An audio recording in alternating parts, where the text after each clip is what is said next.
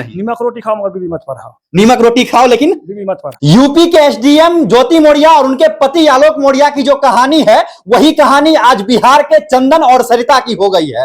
चंदन जी का विवाह होता है 2010 में और 2010 में इनकी पत्नी जो है वो मैट्रिक पास करती है और 2011 से लगातार अपने पत्नी को पढ़ा करके ये शिक्षिका बनाते हैं और शिक्षिका इनके पत्नी जो है 2022 में बन जाती है और 2022 में 7वां चरण शिक्षक का जो नियुक्ति हुआ था, बहाली हुआ था, उसमें बहाल होती है और उसके बाद 4 महीनों तक इनके संपर्क में रहती है और 4 महीने संपर्क में रहने के बाद इनसे संपर्क टूट जाता है और उसके बाद जो सरिता है वो लापता हो जाती है और इनसे नहीं मिल पाती है, ना ही इनसे कभी बात होता है। जब ये उस विद्यालय पर जाते हैं जिस विद्यालय में इनकी पत्नी पढ़ा रही होती है, वहां पर उस विद्यालय में सरिता का प्रत्येक दिन का अटेंडेंस बनता है, लेकिन जब चंदन जी ढूंढते हैं सरिता को तो सरिता मिलती नहीं है। उसके बाद चंदन जी डीईओ के पास जाते हैं, बीईओ साहब के पास जाते हैं तो बीईओ साहब इन्हें फटकार करके भगा देते हैं। अब जरा सोचिए कि कोई पति किसी से शादी करे, किसी पत्नी को पढ़ाए और पढ़ाने के बाद पत्नी को जब नौकरी हो जाए और नौकरी होने के बाद पत्नी छोड़ करके चला जाए तो इस समाज में कौन पति चाहेगा कि हम अपने पत्नी को पढ़ाए।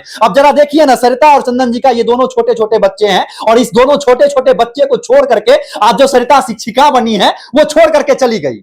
क्या हुआ था चंदन जी और कैसे आप लोगों का विवाह हुआ था और कितने समय तक आपने पत्नी को पढ़ाया था? मैंने 2010 में मेरी शादी हुई थी, उसके बाद मैंने उनको इंटर और ग्रेजुएशन और टीचर ट्रेनिंग मैंने दरभंगा से करवाया। अच्छा। उसके बाद मैंने इनको कंपटीशन की तैयारी करवाई।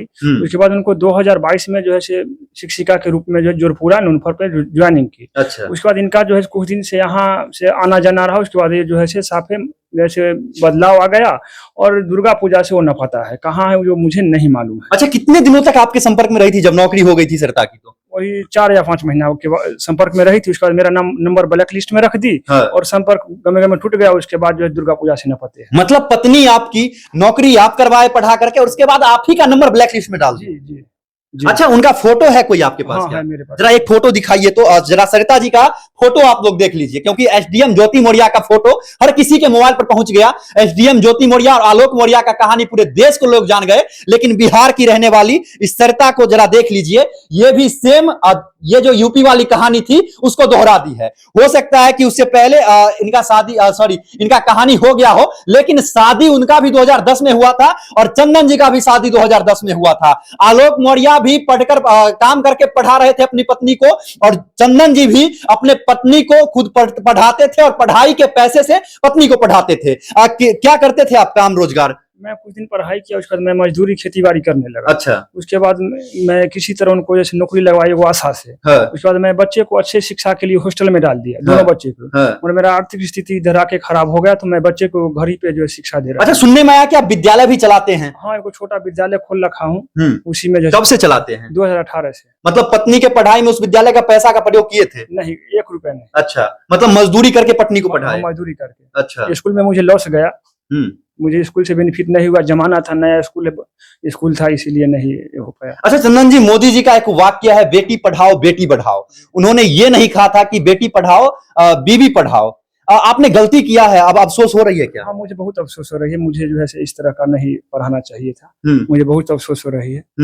मुझे नहीं पढ़ाना था। अब बहुत सारे महिला विकास मंच की जो है वो ज्योति मौर्य के साथ खड़ी है। हो सकता है इनका कहानी वायरल हो जाए तो इनके पत्नी के साथ खड़ी हो जाए, लेकिन महिला विकास मंच वालों से भी मेरा एक प्रश्न है कि अगर इस प्रकार से किसी लड़की का शादी हो और उस लड़की को पढ़ा करके कोई पति उसे नौकरी करवा दे और नौकरी कराने के बाद लगातार ऐसी घटना 2-4 हो जाए तो कौन सा पति चाहेगा कि हम अपने पत्नी को पढ़ाए? अच्छा, एक बात बताइए, शादी के बाद अगर इस प्रकार से घटना लगातार होते रहे तो कोई पति क्या अपने पत्नी को पढ़ा पाएगा? कोई नहीं पढ़ाता, कोई नहीं पढ़ा पाएगा। जैसे खान सर जो है सभी स्टेटमेंट दिए हैं कि बहुत से बच्चे हैं जो अपने घर चले गए, तो ऐसे में कौन पढ़ाएंगे? कौन पति अपने बच्चे वाइफ को पढ़ाएंगे? अच्छा, मोदी जी सही बोले थे, बेटी पढ़ाओ बीवी नहीं पढ़ाओ। सही बोले थे, बीवी मत पढ़ाओ। बेटी पढ़ाओ बीवी नहीं। नीमक रोटी खाओ मगर बीवी मत पढ़ाओ। नीमक रोटी खाओ लेकिन बीवी मत पढ़ाओ। मतलब बीवी को नहीं पढ़ाना चाहिए? नहीं पढ़ाना चाहिए। कल के डेट में अगर आपकी ये बच्ची है, इसकी शादी हो जाए, इसको अगर इसका हस्बैंड पढ़ाना चाहे तो पढ़ाने देंगे? नहीं पढ़ाने। नहीं, जो अपना घर पे बाप माँ पढ़ाया वही पढ़े रहे, ऐसे नहीं पढ़ाने देंगे। जो आगे को मैं देख रहा हूँ और देखते आया हूँ, और इतना नहीं, बहुत ऐसा है बिहार में। वो मैं ही नहीं और सारे हैं। मतलब पत्नी को पढ़ाए, पत्नी को नौकरी हुआ, पत्नी बदल गई। अब जरा सोचिए कि अगर इनके पास नौकरी होता, अगर बेरोजगार पत्नी आ जाती, रोटी बनाने वाली पत्नी आ जाती, तो ये जिंदगी भर रखते। लेकिन पत्नी को जब नौकरी हो जाता है और पति उसके बराबरी का नहीं होता है, तो पत्नी छोड़ करके चली जाती है। आपको सरकारी नौकरी नहीं हुआ इसलिए कहीं तो पत्नी आपकी छोड़ के नहीं चली गई? हो सकता है, इसमें मैं कुछ नहीं कह पाऊंगा, हो सकता है। उसे शर्म आता होगा कि चंदन के पास नौकरी नहीं और मैं नौकरी कर लूं। हाँ, हो सकता है कि मेरा हस्बैंड मजदूर है, किस तरह मैं इसके साथ अति रहूं। अच्छा, सरिता का अफेयर किसके साथ चल रहा होगा लगभग? हेडमास्टर के साथ। हाँ? हेडमास्टर कौन से विद्यालय में पढ़ा रही है अभी वो? जोरपुरा नूनफर पटोरी प्रखंड में आता है। स्कूल विद्यालय का नाम क्या है? प्राथमिक विद्यालय जोरपुरा नूनफर। प्राथमिक विद्यालय जोरपुरा ननफर के जो प्रधानाध्यापक हैं, उनके ऊपर चंदन जी ब्लेम लगा रहे हैं कि इनकी जो पत्नी उस विद्यालय में पढ़ाने के लिए गई, उन दोनों का अफेयर चलने लगा होगा, जिसके वजह से सरिता विद्यालय नहीं भी जाती है, फिर भी उसका हाजिरी बन जाता है। हाँ, हाजिरी बन रहा है, नहीं आती फिर भी हाजिरी बन रहा है। और जो है से मैंने कई बार जैसे बीओ साहब को कंप्लेन किया, मुझे डांट दबार के बिगला दिया गया। और मैंने दोनों बच्चा के लेके डीओ साहब के पास गए, तो बीओ साहब के फोन किए, उसके बाद जो है से मेडिकल जो लगा दिए, जाली लगा दिया, राहुल कुमार द्वारा लिखा गया मेडिकल है। अच्छा, वो मेरे पास साबित है। अच्छा, सुनने में आया कि प्रधानाध्यापक जो उस विद्यालय के है आपके दरवाजे तक आए थे और आपको धमकी देकर गए। हाँ, जब मैंने जो है से कागजी कार्रवाई की, जो मेरी पत्नी इतना दिन से नहीं आ रही है और किस आधार से अटेंडेंस बन रहा है, तो मैंने 9-10 जगह जो है स्पीड पोस्ट कर दिया। उसके बाद हेडमास्टर ने पिस्टन के साथ आया 3 आदमी से और बोला, तुम जो भी दिया है एप्लीकेशन वो उठा लो, नहीं तो मैं तुम्हारा ऑल फैमिली को सुला दूंगा, मार दूंगा। और इसको लेकर के आपने थाने में सनहा दर्ज कराया क्या? जी, मैंने थाना में एक तारीख के रोज मुझे 7:45 बजे के आसपास में आया था, और मैंने 2 तारीख को सनहा दर्ज कराने के लिए गया, तो बड़ा बाबू मुझे जो है 4-5 दिन जो घुमा दिए। कौन से थाने के बड़ा बाबू? जंदाहा थाना के बड़ा बाबू। उसके बाद मैंने अपना विधायिका को फोन किया और एसपी साहब को फोन किया। उसके बाद जो है से एफआईआर कल के 7 तारीख की डेट में लिया गया। अब जरा सोचिए कि इस देश में कहा जाता है गुरु ब्रह्मा गुरु विष्णु गुरु देवो महेश्वरा गुरु साक्षात पर ब्रह्म तस्मै श्री गुरुवे नमः। और उस देश में कोई महिला अगर गुरु बन जाए, शिक्षिका बन जाए और उसके बाद इस प्रकार की हरकत करे, तो इस समाज पर क्या असर पड़ेगा? जिस विद्यालय में पढ़ाने वाली शिक्षिका अपने पति को धोखा दे दे नौकरी के बाद, तो उसके पढ़ाए हुए बच्चे का क्या असर पड़ेगा? क्योंकि गुरु से ही बच्चों के अंदर संस्कार जाता है। अगर गुरु का ही संस्कार खराब हो, तो वो गुरु बच्चों को क्या शिक्षा दीक्षा देगा? ऐसे शिक्षिका बच्चों को क्या संस्कार दे सकती हैं, बताएं जरा। कुछ नहीं, जो आप अपने में सही नहीं, वो बच्चे को क्या संस्कार देंगे? वैसे को तो सस्पेंड कर देना चाहिए, वैसे को तो नौकरी से बर्खास्त कर देना चाहिए था।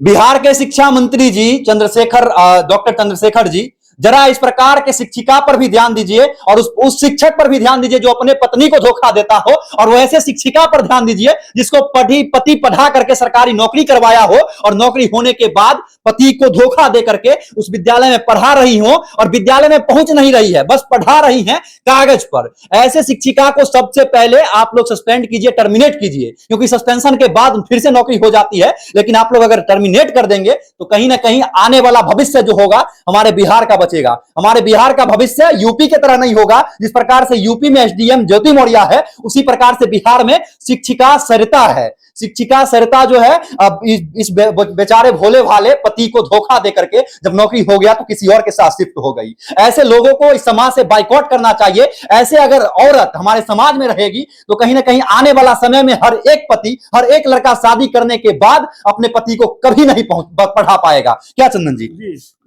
इस तरह में कैसे पढ़ा पाएगा? नहीं पढ़ा पाएगा।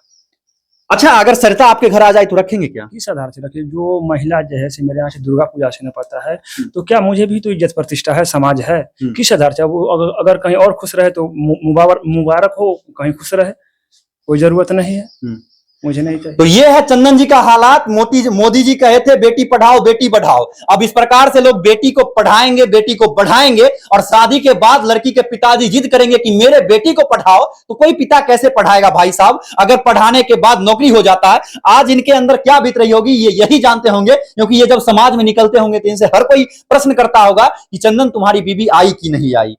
हाँ, यही पूछता है। मैं शर्मिंदा से बाहर भीतर नहीं निकलता हूँ, घर ही में रहता हूँ।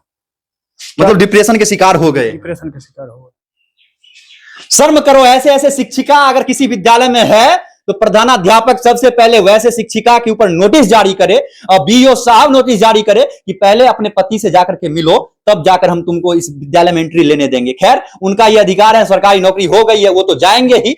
ये कहीं भी जाए, इससे कोई मतलब है नहीं। क्या चंदन जी? जी, इसीलिए तो जो है पत्रकार लोग को जो है मीडिया वालों को डायरेक्ट स्कूल में नहीं जाने का आदेश दे दिए हैं। जाने का आदेश है, लेकिन प्रधानाध्यापक अपनी बचाव के लिए कहते हैं कि विद्यालय में प्रवेश करना नहीं है। नहीं। सरकारी विद्यालय किसके बाप का, ये बताइए? वो जनता का है या प्रधानाध्यापक के बाप का है? नहीं, जनता का है, जनता का ऑलरेडी है। हा? जनता का है। प्रधानाध्यापक के जो पॉकेट में सैलरी जाती है, चाहे वो शिक्षिका के पॉकेट में सैलरी जाती है, वो किसके बाप का टैक्स है? वो जो है समाज का है, वो जो है जनता का है। तो फिर विद्यालय प्रधानाध्यापक के बाप का हो कैसे गया? वो जो है वो अपना स्तर से जो है बीओ से मना कर रखे, बिना मेरा परमिशन के नहीं जा सकते हो। अच्छा, बीओ साहब अपने मुंह से बोले हैं? हाँ। क्या बोले?